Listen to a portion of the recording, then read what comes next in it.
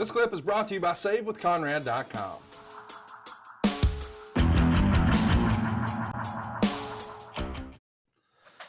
It's a great time in Jim Crockett Promotions because we've got, this whole Dusty and Baby Doll and Horseman thing kicking off in a big way. And your old pal, your storyline cousin here, Ric Flair's got some things to say, I think, on that same episode of Worldwide. Let's take a listen. Ladies and gentlemen, with me, the world heavyweight champion Ric Flair. With you, David Crockett, the world heavyweight champion Ric Flair, the world television champion Arn Anderson, and one half of the national tag team champions Arn Anderson. In other words, what you have out here only if these guys defend it in 30 days.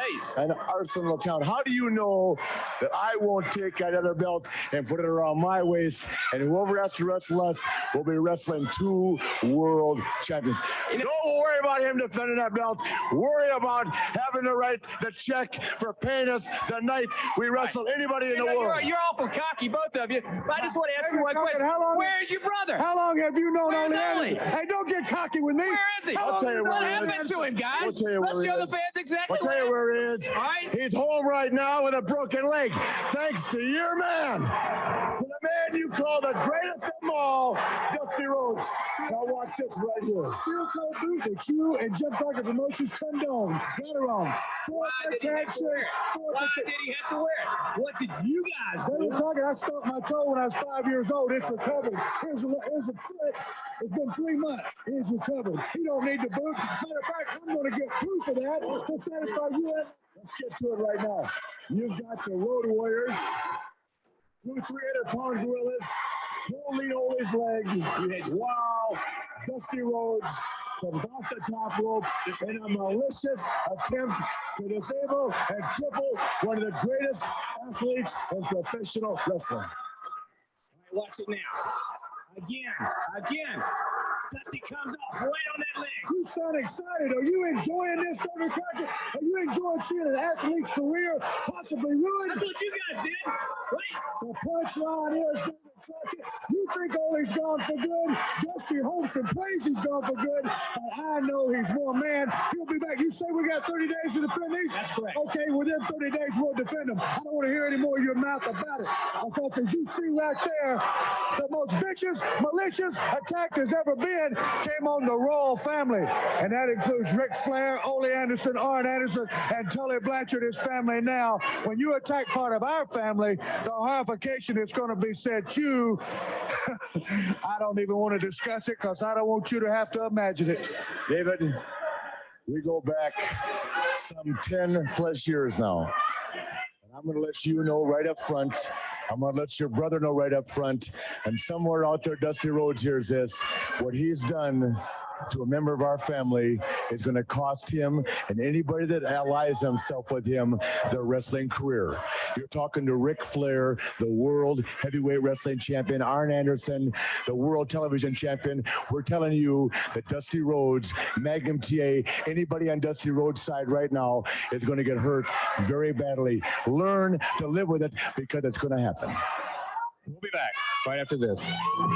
A very serious tone from Ric Flair. He's not facing the camera. He's not hot dogging. He's not raising his voice. He's lowered his voice. He's turned his back to the camera. He's facing David Crockett. He's got his finger in his face. Everyone watching at home understands it's Jim Crockett Promotions and it's the Crockett family. And that's been alluded to many times. So it almost feels like this is a real warning. Hey, as a heads up, quote unquote, boss, I'm about to ruin one of the other guys on your team, one of your other staff members, if you will, one of your other ball players, your star player. It was a cool promo, man. I love this stuff. You're starting to feel things, which is exactly what I was going to say. I was going to comment. You're starting to feel things now from a performer standpoint, Conrad. You're not just a fan anymore. You're starting to see the simplicity of an angle. And it really was a simple concept. We broke a guy's leg. He came back with a protective boot that could be very legitimate. It's like when a guy blows his knee out, he comes back with a knee brace and nobody says anything about it. They know he needs it. Yeah. Because of the injury. So now the fact that Dusty was taking that loaded boot and putting poetic justice where it belonged on all of us with the situation we caused, it's a great irony, and it made the fans feel good. And when Rick brought it down, he almost stepped into the Ole Anderson role, but in his own way. He wasn't screaming. He wasn't throwing his $400 loafers in the crowd. Right. He wasn't have that, sitting there screaming with spit flying out of his face and that vein in his neck.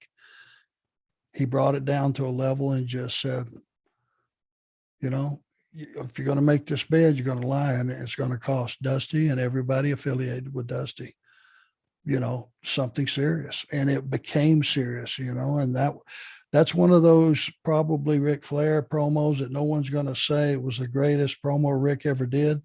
But you and I know that made people at home go, "Ooh, wait a minute." Yeah. Haven't heard that tone before. Hey, it's Conrad Thompson. Thanks for checking out the podcast here on YouTube. Be sure to hit the subscribe button and the notifications bell so you get a notice anytime we upload some new content.